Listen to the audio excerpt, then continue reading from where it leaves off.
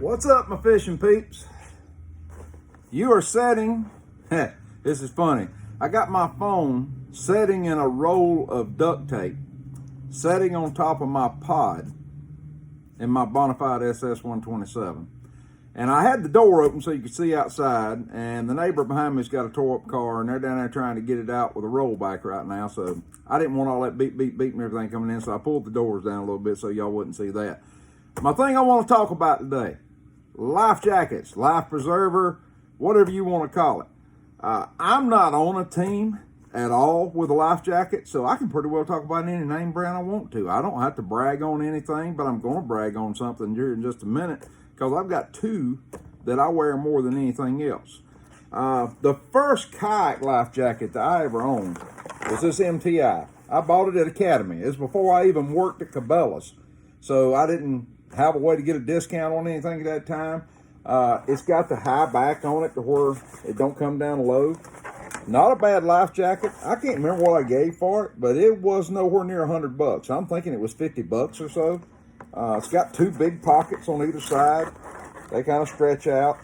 I keep a whistle in it just in case I take somebody out with me. All my life jackets that I use, except for one, have a whistle in them all the time. Whistles are cheap. You need a whistle. A ticket from DNR, that's what we call it here, Department of Natural Resources, is a whole lot more expensive than buying a bunch of whistles and keeping them around. I got whistles in my pod. I got whistles everywhere. That way I don't have to worry about a whistle. But that MTI, good life jacket, nothing wrong with it, good buoyancy, works great. I still use it for, I'm gonna say clients, because every once in a while I'll take somebody out and we'll do a guided trip. Couple other things, inflatables. Some people go yay, some people go nay. I wear them sometimes when it gets hot, which it's hot today, but when it gets hot and it is extremely miserable out there with my regular life jacket on, sometimes this is what I put on just because it's a lot cooler. Always make sure that the little thing is green. Always make sure that you don't hang this baby somewhere. And just remember, if you hit the water with this thing, because this is an automatic and a manual, if you hit the water with it, it's going to cost you $30 to re-energize it because you got to buy that little CO2 cylinder.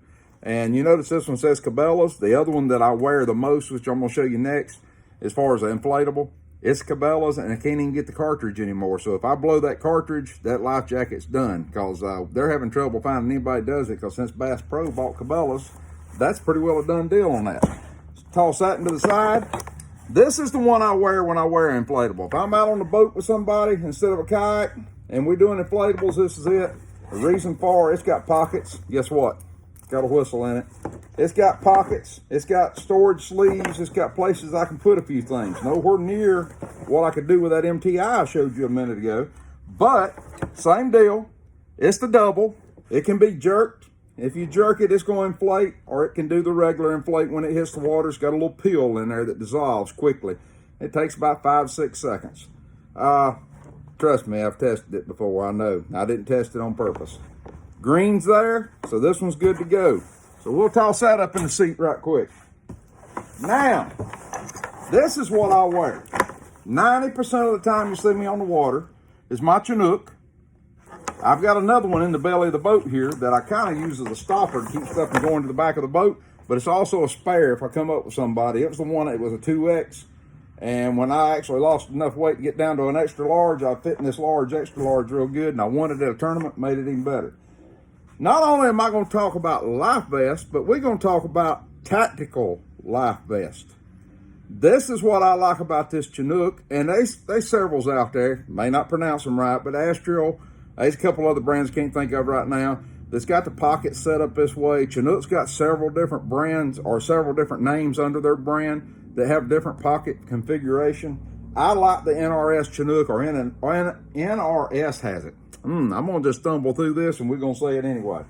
But the reason I like this, and I'm going to say tactical, is I've got my boomerang on here.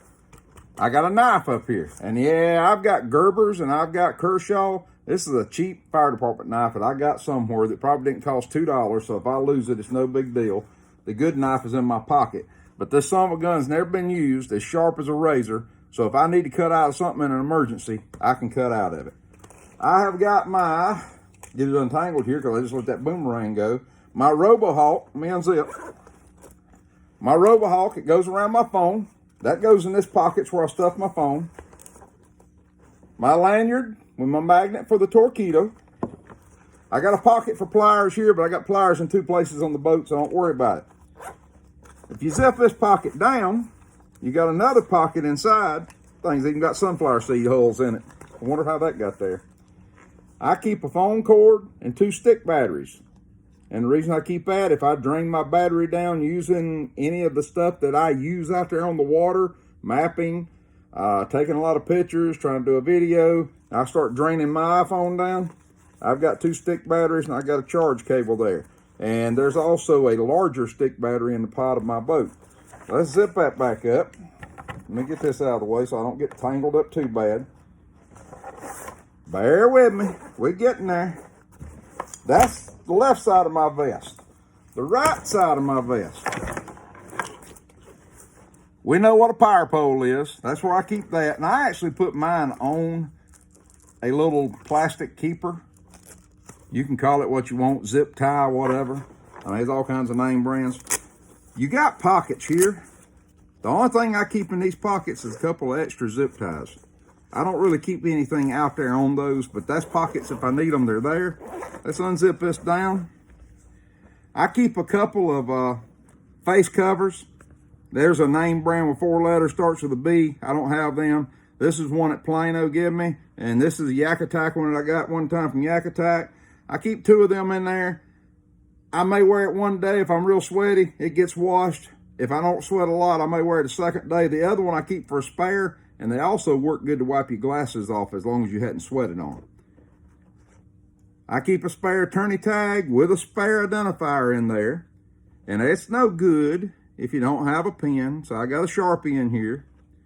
I got a whistle. I got another whistle just in case. That's in case my buddy's there at the ramp and he says, I forgot my whistle. And I got a couple of rubber bands for whatever. But the rubber bands come in handy for something that I do quite often. This thing gets in the way of a life jacket sometimes, so I'll bundle it up, put a couple of rubber bands around it. That's what the rubber bands are really in there for, but they have been used for other things. So that is that. That's what I have in my life jacket. You can say tactical use or tactical jacket or whatever. With all the stuff that's going on right now, tactical comes to my brain because I've been setting some other stuff up. But anyway, we ain't gonna get into that. Not gonna make this political. We wear a life jacket. Me and my wife wear a life jacket. I push anybody that goes fishing with me to wear your life jacket.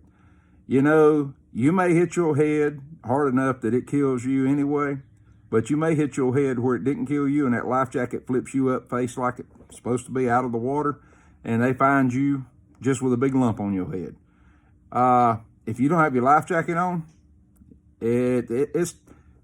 I'm in fire rescue. I retired out of fire rescue. I was a diver. I was a water rescue person. I've got all those certifications. I still keep them up. You know how many bodies I've had to dive for at lakes? You know how many water rescues I've had to do and it turned into we're going to dive for a body now because they didn't have their life jacket on? Please, please, please wear your life jacket. If it don't save your life, it's an oddity. But if it don't save your life, it keeps your family from going through a lot of stuff that they don't need to. 3-4 days, might have to wait until the body floats back to the surface. And I won't go any further than that. I've done it. It's nasty. Wear your life jacket. Y'all take care. 9 minutes and 15 seconds long. I'm going to shut my mouth. Bye, y'all. Check me out. The old Bass Yak.